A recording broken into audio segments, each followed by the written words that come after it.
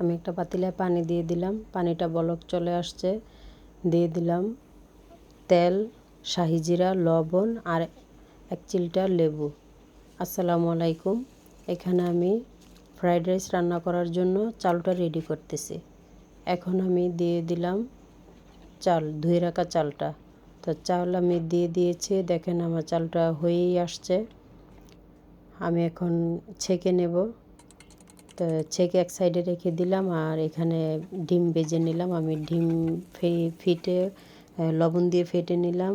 ওটার মধ্যে আমি এই ফ্রাই প্যানে একটু একটু করে ডিম দিয়ে দিলাম।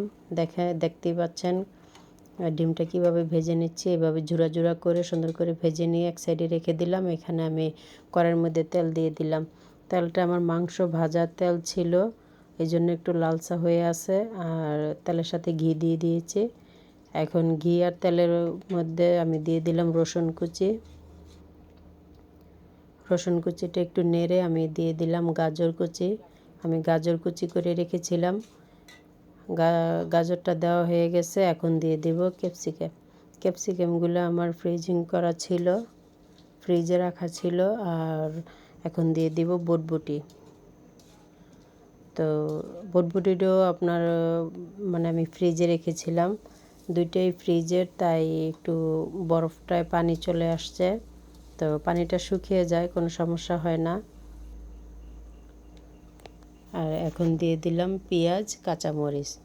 তো সবগুলো উপকরণ খুব ভালো করে নেড়ে নিতে হবে। একটু নরম হয়ে আসলে আমি দিয়ে দিব লবণ। তো এখানে আমি সয়া সস ইউজ করব।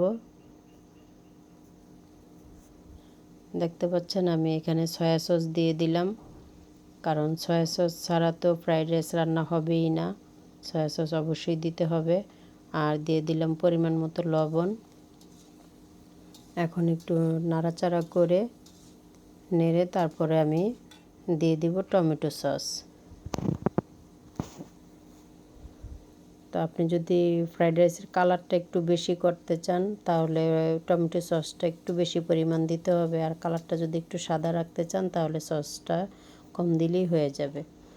তো দেখেন আমার সবজির কালারগুলো কীরকম লাল হয়ে গেছে, এই জন্য আমার ফ্রাইড রাইসটাও লাল হয়ে যায়, একটু কালার চলে আসে। এখন আমি দিয়ে দিলাম আমার সিদ্ধ করা রাইসটা। এখানে আমি 1.5 কেজি চাল নিয়েছিলাম, ওটা সুগন্ধ চাল নিয়ে ভালো করে আমি সিদ্ধ করে এক সাইডে রেখে দিয়েছিলাম ঠান্ডা করার জন্য। তো দেখতে পাচ্ছেন আমি নেড়ে দিচ্ছি, ফ্রাইড রাইসটা হয়ে যাচ্ছে। এখন আর কোনো ঝামেলা নেই, শুধু একটু নেড়ে চেড়ে নিলেই হবে। আর ছিল ডিম ভাজা, আমি যে ডিমটা ভেজে রেখেছিলাম ছোট ছোট করে, ওই ডিমটা দিয়ে দিলাম।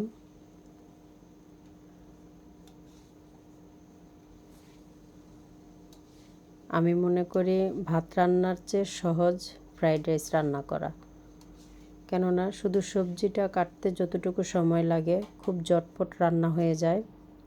বাচ্চারা খুব পছন্দ করে, বড়রাও পছন্দ করে। মাশাআল্লাহ, এই যে হয়ে গেছে আমার ফ্রাইড রাইসটা, দেখেন। এখন আমি পরিবেশন করে দেখাবো। খুব সহজ একটা রেসিপি, ঝটপট রান্না করা যায়।